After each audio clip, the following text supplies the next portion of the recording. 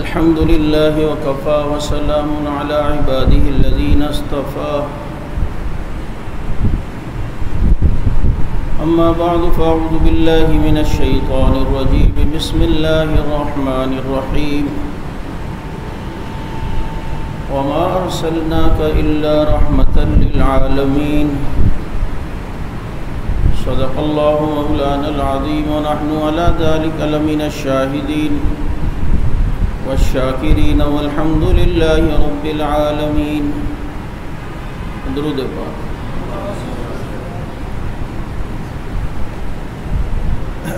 واجب الاحترام ربیع الاول کی آج 1 تاریخ ہے، اور یہ وہ مہینہ کہ جس میں آپ صلی اللہ علیہ وسلم دنیا میں تشریف لائے، اور اسی مہینے میں آپ نے رحلت بھی فرمائی۔ آپ صلی اللہ علیہ وسلم کی شخصیت وہ عظیم شخصیت ہے کہ جن کے آنے سے پہلے ہی اللہ رب العزت نے پورا اہتمام کروایا۔ جیسے کسی مہمان نے آنا ہوتا ہے تو پہلے گھر کو سجایا جاتا ہے، صاف کرایا جاتا ہے، اس کے لیے پورا انتظام کرایا جاتا ہے۔ یوں ہی اگر دیکھیں تو آپ صلی اللہ علیہ وسلم کی آمد سے پہلے اللہ رب العزت نے پہلے تو نبیوں کی زبان پر اس آخری پیغمبر کی آمد کی خوشخبری سنوائی، اور ہر نبی نے بتلایا کہ ایک نبی آنا ہے، آخر میں ایک نبی نے آنا ہے۔ لیکن میں عالم ارواح سے بات شروع کرنے کے بجائے ابراہیم علیہ السلام کے زمانے سے بات شروع کرتا ہوں کہ ابراہیم علیہ السلام جن کے بیٹے اسماعیل علیہ السلام، جن کے قدموں سے اللہ نے زمزم کے پانی کو جاری کیا،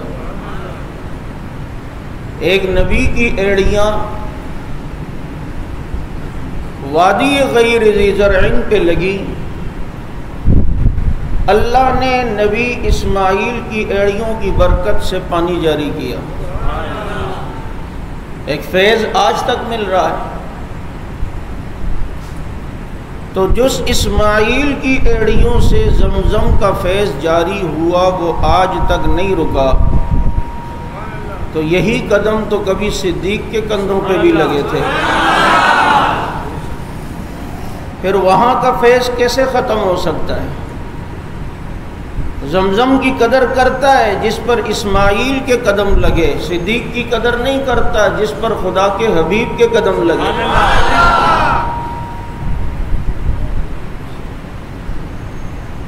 اسماعیل علیہ السلام کو ذبح کرنے کا واقعہ آپ نے سنا، چونکہ ابراہیم علیہ السلام کے 2 بیٹے ہیں، حضرت اسحاق اور حضرت اسماعیل علیہ السلام۔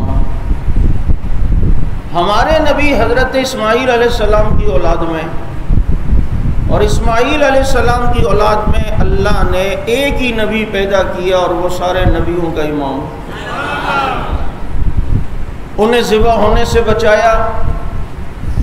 اب آئیے نبی کے حقیقی دادا عبد المطلب کو دیکھتے ہیں، جن کے ہاں اولاد نرینہ نہیں، انہوں نے منت مانی میرے 10 بیٹے ہوئے تو ایک کو اللہ کی راہ میں ذبح کروں گا۔ بیٹے ہوئے، قرآن اندازی کی، قرے میں حضرت عبداللہ کا نام نکلا، حضور صلی اللہ علیہ وسلم کے والد کا۔ اب حضرت عبداللہ تو بڑے حسین و جمیل تھے، پورا مکہ ان سے محبت کرتا تھا، اخلاق بھی بڑے بہترین، کردار بھی بہت بہترین، کیوں نہ ہو کہ والد نبی کے ہیں، والد امام الانبیاء کے ہیں۔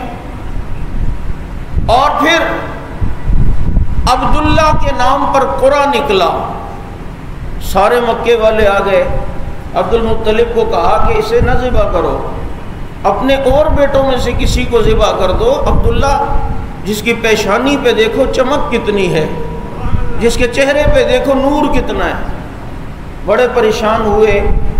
ایک کاہنہ سے اس زمانے میں لوگ مسئلہ پوچھتے تھے، اس سے جب پوچھا، اس نے کہا تمہارے یہاں جب بندہ قتل ہو جائے تو تم دیت میں کیا کرتے ہو؟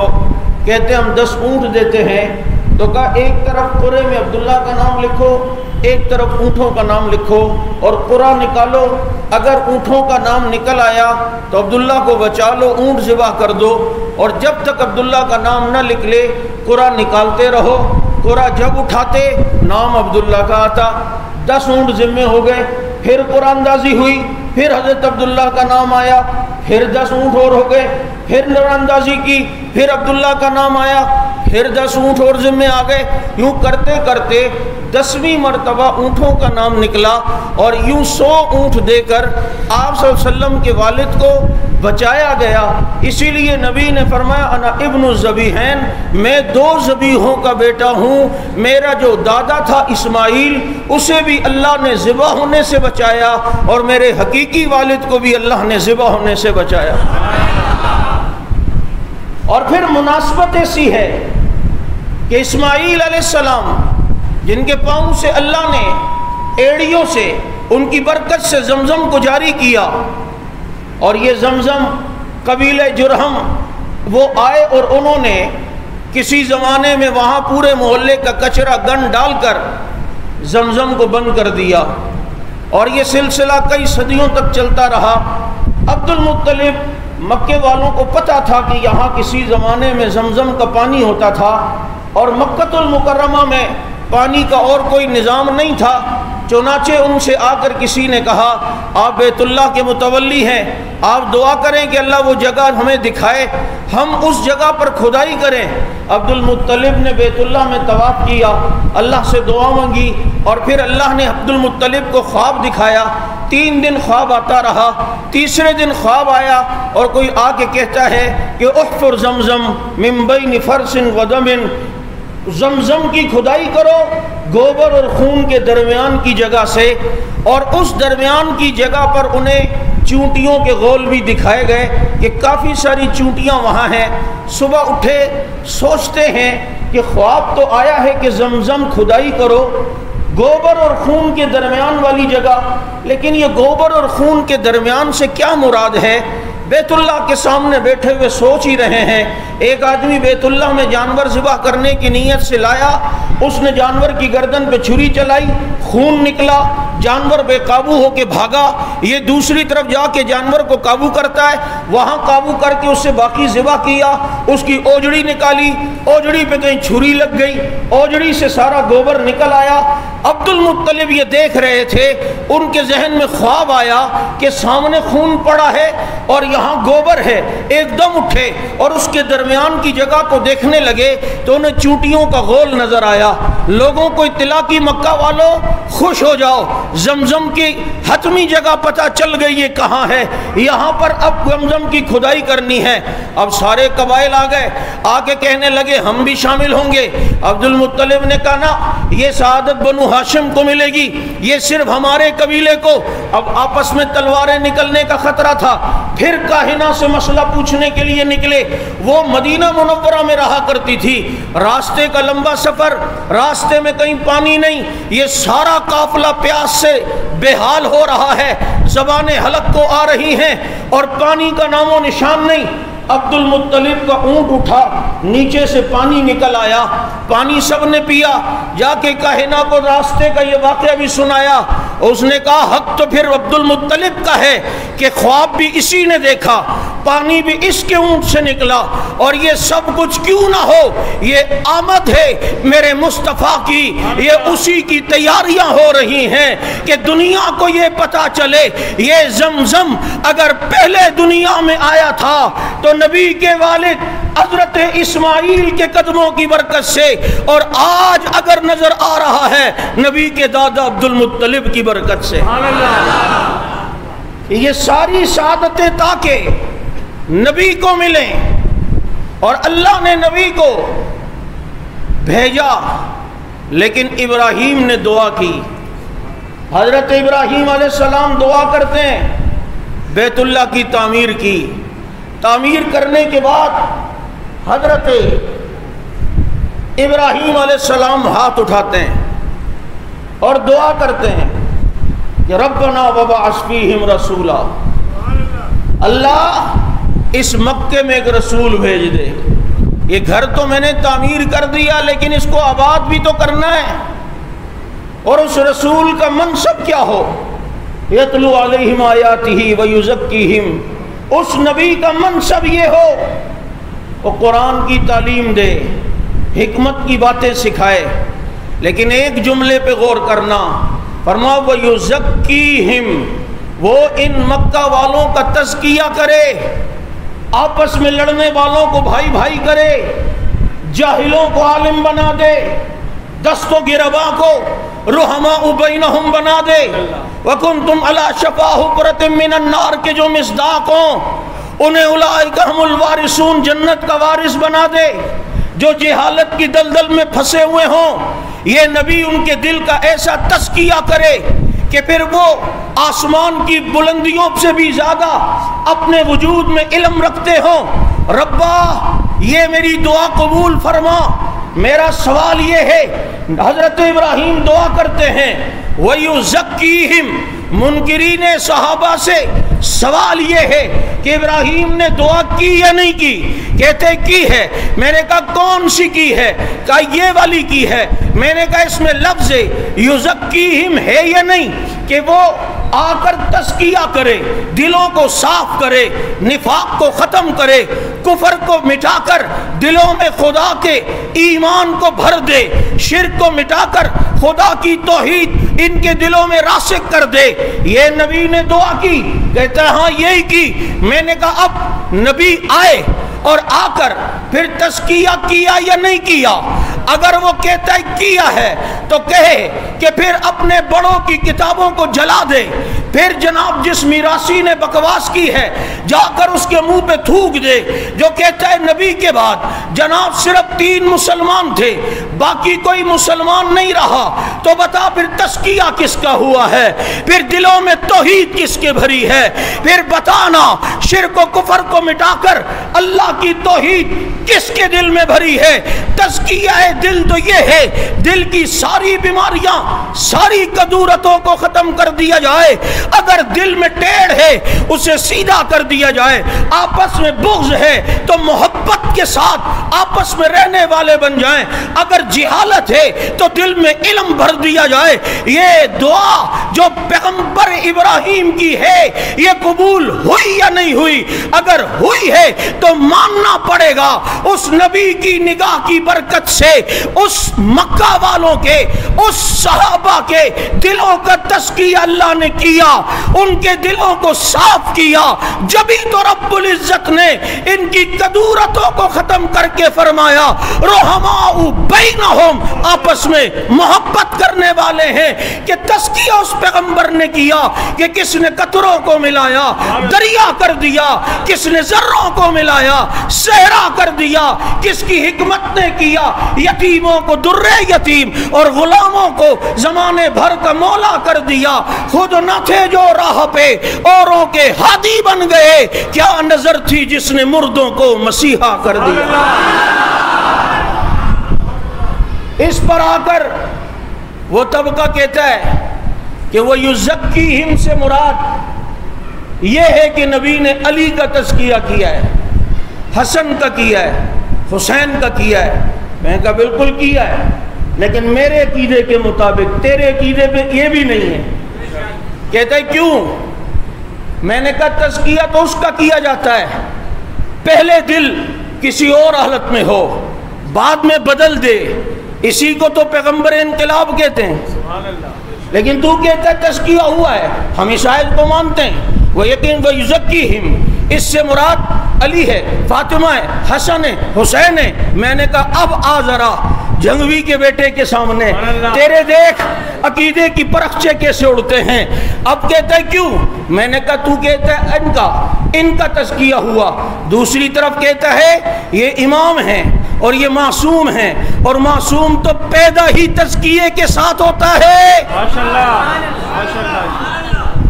بھائی جب یہ معصوم وہ تو پیدائشی تمہارے عقیدے کے مطابق ان کا تزکیہ ہے، وہ تو گناہ کرتے ہی نہیں، ان کے دل میں تو ٹیڑھ آیا ہی نہیں، وہ تو کبھی دوسری سمت گئی نہیں۔ جب یہ سب کچھ ہے تو جب تیرے عقیدے کے مطابق وہ پہلے سے مزکی ہیں، اب جناب ان کا تزکیہ ہوا ہے اور وہ مزکہ پہلے سے ہیں، تو مجھے بتانا پھر یہ وَيُزَكِّيهِمْ کا کیا معنی ہے؟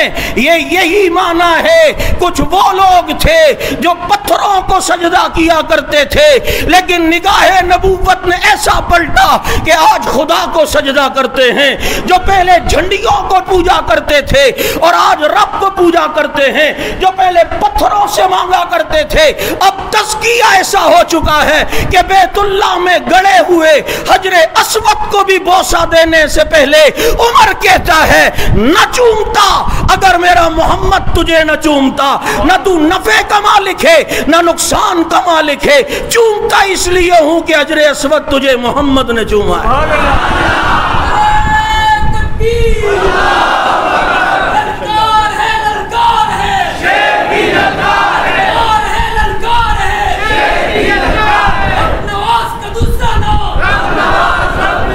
تزکیہ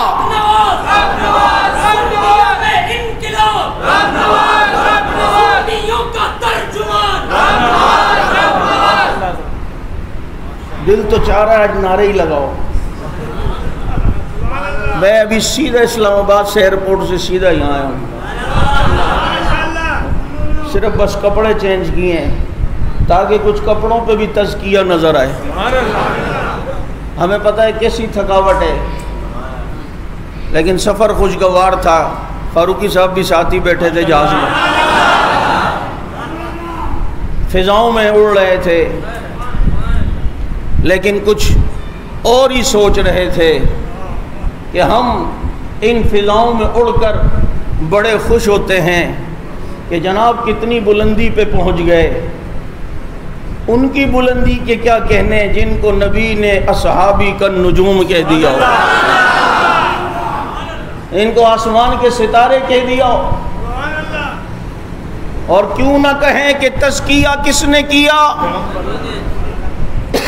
اس لیے یاد رکھو، اگر سمجھدار ہو تو سمجھو، نبی کی کئی صفات ایسی ہیں جس میں صحابہ کی شان جھلکتی ہے، کیونکہ نبی تو مزکی تبھی ہوں گے نا کہ جب کسی کا تزکیہ ہوا ہوا ہو۔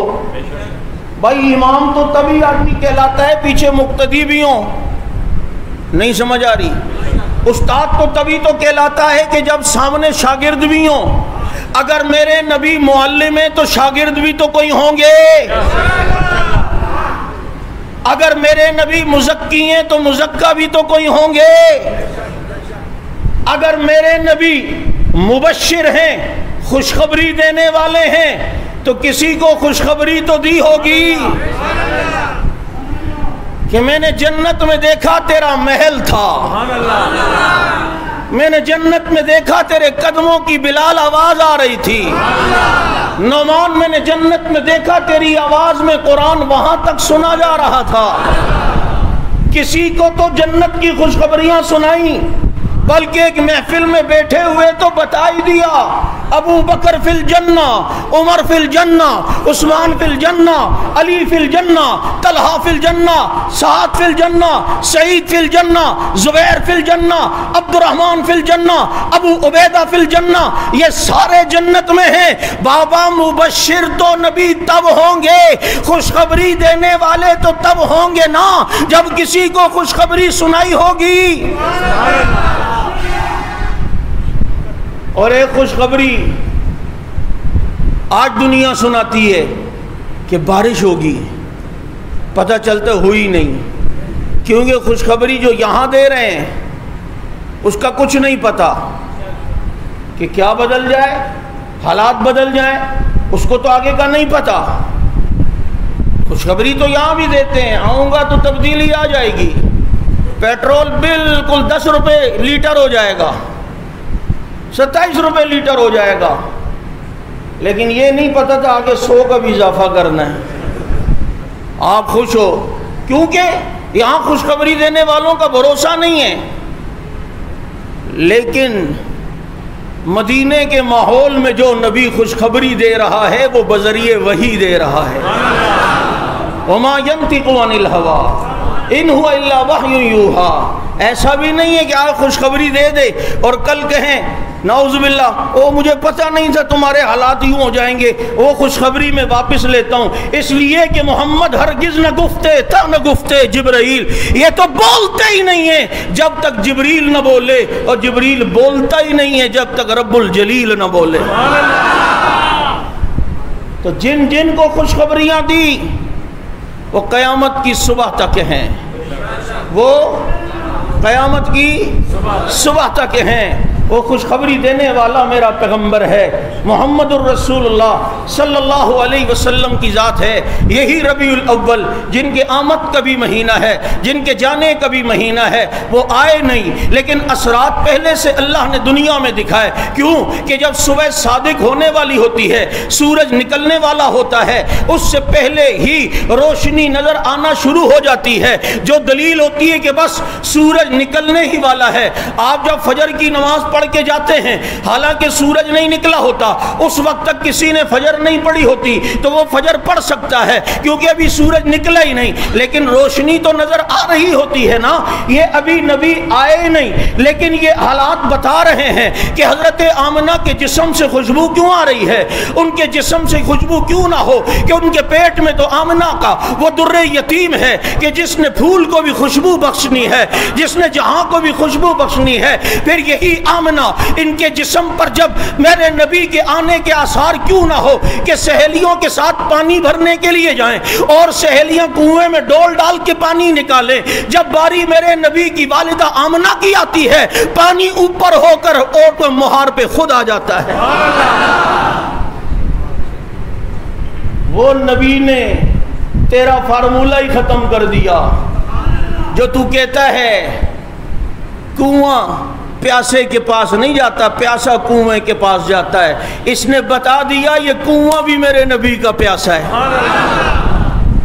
کائنات کی ہر چیز پر مصطفیٰ کا احسان ہے کیونکہ وما ارسلناک الا رحمۃ للعالمین.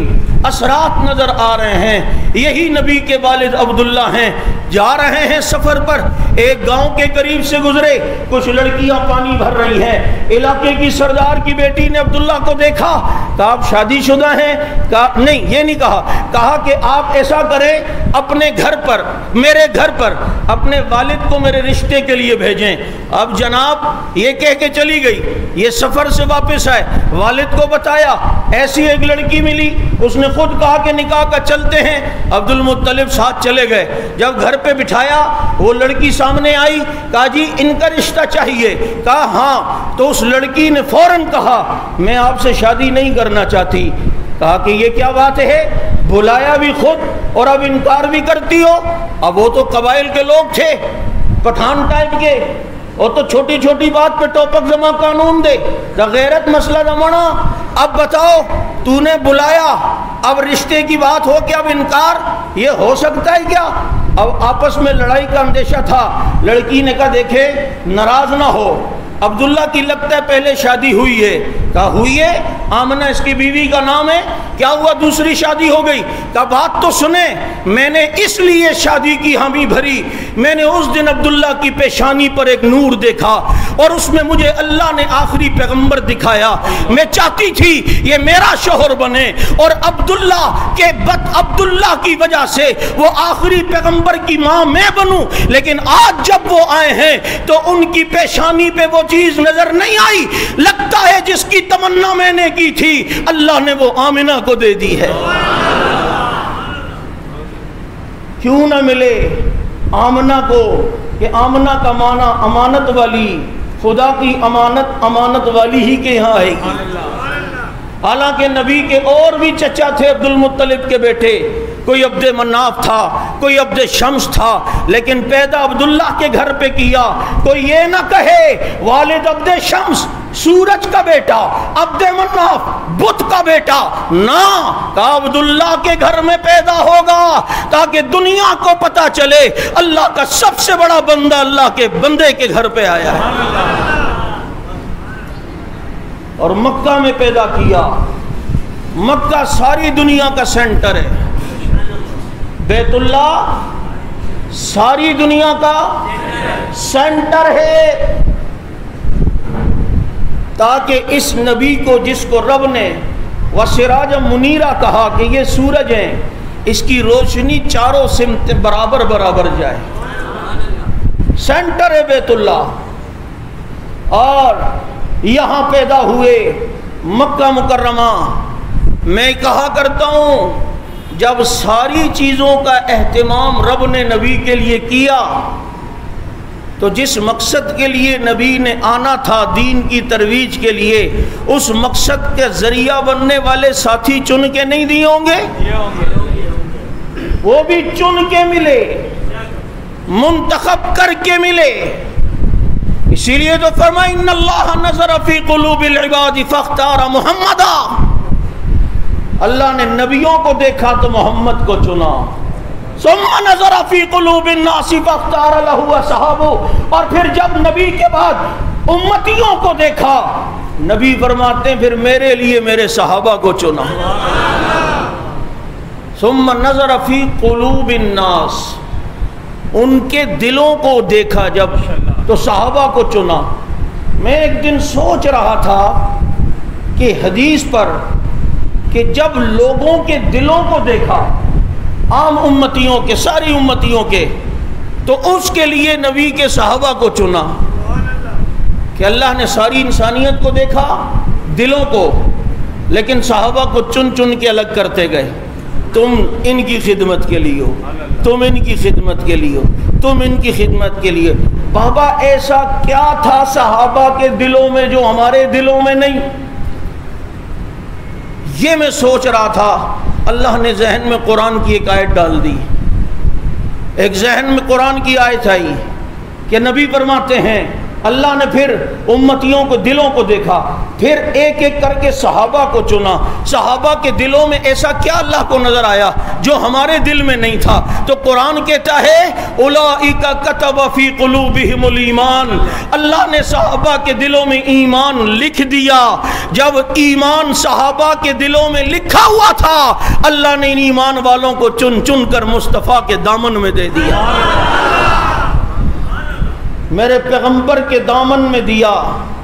اور پھر میرے پیغمبر کے آنے کے جو مقصد، نبی آئے دنیا میں، لیکن نبی کے آنے کے مقصد کو ساری دنیا میں پھیلانے کا ذریعہ بننے والے کون؟ صحابہ۔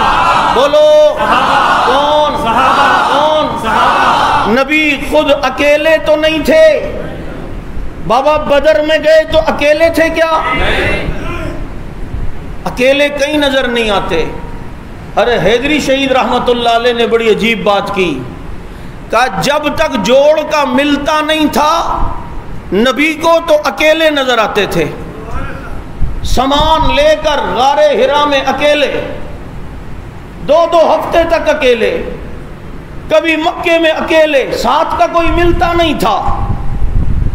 اور جب ساتھ کے ملے، جوڑ کے ملے، تو پھر یہ نبی اکیلے کہیں نظر نہیں آتے۔ اکیلے بدر میں جائیں تو ساتھ ساتھی ہیں، احد میں جائیں تو ساتھی ساتھ ہیں، حنین میں جائیں تو ساتھی ساتھ ہیں، اکیلے کہیں نہیں۔ بلکہ وہ مثال دیتے تھے کہ اگر بس کی سیٹیں 313 ہیں بدر میں، تو نبی کے ساتھ سیٹوں پہ بیٹھے ہوئے صحابہ نظر آئیں گے۔ اگر سیٹیں ہی بس کی 1000 ہیں تو 1000 احد میں نبی کے ساتھ نظر آئیں گے۔ لیکن اگر کسی گاڑی میں نبی کے ساتھ سیٹ ہی ایک ہو تو پھر بھی اکیلے نظر نہیں آئیں گے، غار میں صدیق کے ساتھ نظر آئیں گے۔ اور اگر سیٹ 2 ہو اور لشکر تو پیچھے بہت ہو، لیکن نبی اپنے ساتھ فرنٹ پہ جو بٹھائیں گے، ایک طرف ابو بکر کو اور ایک طرف عمر کو، کیونکہ سیٹیں ہی روزے میں 2 ہیں نا، تو اکیلے پھر کہیں نظر نہیں آئے۔ پہلے جوڑ کا ملتا نہیں تھا تو اکیلے، اب جب محبت کرنے والے مل گئے نبوت کو سمجھنے والے مل گئے، اب اکیلے کئی نظر نہیں آتے، یہاں تک کہ غار میں سیٹ ایک ہے تو نبی کو ساتھ ابو بکر کو ضرور دیکھو گے، مزار میں سیٹیں دو ہوں تو نئے ساتھ نبی کے ساتھ ابو بکر و عمر کو ضرور دیکھو گے کہ وہ آج بھی نبی کے ساتھ سو رہے ہیں۔ بلکہ ایک جملہ میں کئی جگہ کہا کرتا ہوں کہ دیکھو آج بھی وہ نبی کے ساتھ ہیں، اور میں نے کئی جگہ کہا اللہ نے ہمیں دو قسم کا قرآن دیا، ایک قرآن کتاب اللہ، ایک قرآن محمد الرسول اللہ، میرا نبی بھی قرآن، یہ بھی قرآن۔ یقین نہ آئے اس قرآن کو دیکھو والضحیٰ، نبی کے چہرے پہ دیکھو والضحیٰ، یہاں دیکھو یاسین، نبی کے دانتوں کو دیکھو یاسین، یہاں دیکھو واللیل، نبی کی زلفوں کو دیکھو واللیل، یہاں دیکھو ما زاغ البصر، نبی کی آنکھوں کو دیکھو ما زاغ البصر۔ اس قرآن کو دیکھو تو سطرے کالی، اس قرآن کو دیکھو تو زلفے کالی۔ یہ کتاب اللہ وہ محمد الرسول اللہ، یہ قرآن دو گتوں کے درمیان محفوظ، وہ قرآن آج بھی دو سچوں کے درمیان محفوظ۔ یہ قرآن دو گتوں کے درمیان محفوظ، وہ قرآن دو قرآن یہ بھی ہے، قرآن وہ بھی ہے، یہ کتاب اللہ ہے، وہ محمد الرسول اللہ ہے، یہ متن ہے تو وہ اس کی تشریح ہے۔ یہاں سطرے کالی ملیں گی، وہاں محمد کی زلفیں کالی ملیں گی، اور جو اس قرآن کو پڑھے وہ قاری بنتا ہے، جو اس قرآن کو پڑھے وہ صحابی بنتا ہے۔ جو اس قرآن کو پڑھے قاری بنے، جو اس قرآن کو پڑھے صحابی بنے۔ بھائیو فرق تو ہے نا، کیونکہ یہ قرآن پڑھنے والا والضحیٰ یہاں دیکھ کے پڑھتا ہے، اور ابو بکر والضحیٰ چہرہ مصطفیٰ کو دیکھ کے پڑھتا ہے۔ کیونکہ اس قرآن کو پڑھنے والا قاری علم نشرہ یہاں پڑھتا ہے، لیکن علی سینہ مصطفیٰ کو دیکھ کے پڑھتا ہے۔ یہاں والا قرآن پڑھنے والا ما زاغ البصر یہاں دیکھ کے پڑھتا ہے، لیکن صحابی ما زاغ البصر نبی کی آنکھوں کو دیکھ کے پڑھتا ہے۔ وہ پیغمبر آئے، ساری دنیا پہ اللہ کی رحمت بن کے آئے، سب کے لیے رحمت بن کر آئے، جانوروں کے لیے بھی رحمت، انسانوں کے لیے بھی رحمت، حیوانوں کے لیے بھی رحمت، چرند پرند کے لیے بھی رحمت۔ وَمَا أَرْسَلْنَاكَ إِلَّا رَحْمَةً لِّلْعَالَمِينَ۔ آئیں، ربیع الاول کی ابتدا ہے، یہ نیت کریں کہ اس پیغمبر کی آمد کا احسان ہم یوں ادا کریں کہ آئندہ اس پیغمبر کے طریقوں پہ چل کے دکھائیں گے، اس پیغمبر کی تعلیمات کو اپنا کے دکھائیں گے، اس کی سنتوں کو انشاءاللہ اپنا کے دکھائیں گے۔ پچھلے سال بھی ربیع الاول میں رات چونکہ عشاء کے بعد میرا درس بھی ہوتا ہے، اور پچھلے سال بھی ہم نے سنتوں کی ایک ترتیب شروع کی تھی، وہ درس کہ آپ صلی اللہ علیہ وسلم کی سیرت بعنوان سنت کہ کس طرح کھاتے پیتے اٹھتے بیٹھتے چلتے پھرتے سوتے جاگتے، اور وہ سلسلہ انشاءاللہ رات کے درس سے آج سے انشاءاللہ شروع ہوگا۔ اور شاید ممکن ہے اگر مجھے ابھی موقع ملا تو شمائل ترمذی کا درس مستقل شروع کر کے شمائل ترمذی کو مکمل ختم کرنے کا ارادہ ہے۔ اللہ تعالیٰ سمجھ عمل کی توفیق عطا فرمائے۔